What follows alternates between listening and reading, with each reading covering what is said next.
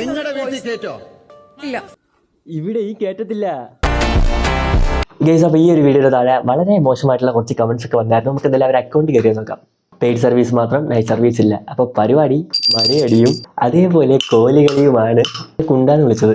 ഈ ഒരു മണി ഞാൻ കുറച്ച് നാൾ യൂസ് ചെയ്തിരുന്നെന്ന് പറഞ്ഞിട്ട് എനിക്ക് അടിക്കാൻ പറ്റാതിരിക്കണമെന്നില്ല. അങ്ങനെ ഇപ്പോൾ അടിക്കാൻ പറ്റാതാവണമെങ്കിൽ ഇതിൻ്റെ അകത്തൊരു മണിയുണ്ട്, അതെടുത്ത് കളയണം. ഒരു മണിയെടുത്ത് കളയാത്തടത്തോളം കാലം കുണ്ടൻ നീ തന്നെയാണ്. മിസ്റ്റർ സ്നിഹാര, ആ സാധനം എടുത്ത് മടക്കി നിൻ്റെ ബാക്കിലോട്ട് തന്നെ കുത്തിയും കയറ്റിയാൽ മതി, ആവശ്യം വരും. ഇതിനിടയ്ക്ക് കുറച്ച് മാമാർ ഒന്ന് കമൻറ്റ് ചെയ്തു. മാമാരെന്ന് വെച്ചാൽ ഒറിജിനൽ മാമാർ.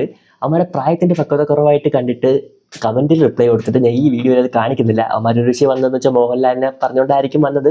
ഞാൻ മോഹൻലാൽ എന്ന് പറഞ്ഞ ആക്ടറിനെ പറഞ്ഞതല്ല. പിന്നെ മോഹൻലാൽ ഒരു ബ്രില്യൻ്റ് ആയിട്ടുള്ള ആക്ടറാണ്. ഒരു ഷോയിൽ വന്നിട്ട് വേണമെങ്കിൽ പൂക്കിയായിട്ട് അഭിനയിക്കും. മോഹൻലാൽ കേരളത്തിലോട്ട് ഇറങ്ങിയെങ്കിൽ അഭിനയിക്കും. അത് മനസ്സിലാത്തവന്മാർ അതുകൊണ്ട് ഇൻഫ്ലുവൻസ് ആവും.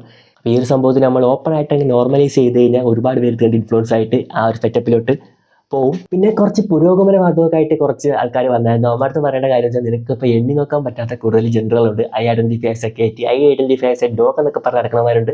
നാളെയൊക്കെ നിൻ്റെ മക്കൾ വന്നിട്ട് ഞാനൊരു പട്ടിയാണ് പൂച്ചയെന്നൊക്കെ പറഞ്ഞ് എന്ത് ചെയ്യും, നീയൊക്കെ ലീഷിട്ട് വീട്ടിൽ പിടിച്ച് കെട്ടിയിടും. പടിയൊക്കെ പറയും അത് വേറെ ഇത് വേറെയെന്ന്. ഇത് വേറെയും അത് വേറെയും തന്നെ ആയിരുന്നു. ഇതൊക്കെ നോർമലൈസ് ചെയ്തപ്പോഴാണ് അതുവേ ഇതറേ ആയത്. കമൻറ്റുകൾക്ക് മാത്രം അതേപോലുള്ള റിപ്ലൈ പ്രതീക്ഷിച്ചാൽ മതി. ഇതിപ്പോൾ കുറച്ച് മാന്യത കൂടിപ്പോയെന്ന് എനിക്ക് തോന്നി. എന്തായാലും ബൈ ബൈ.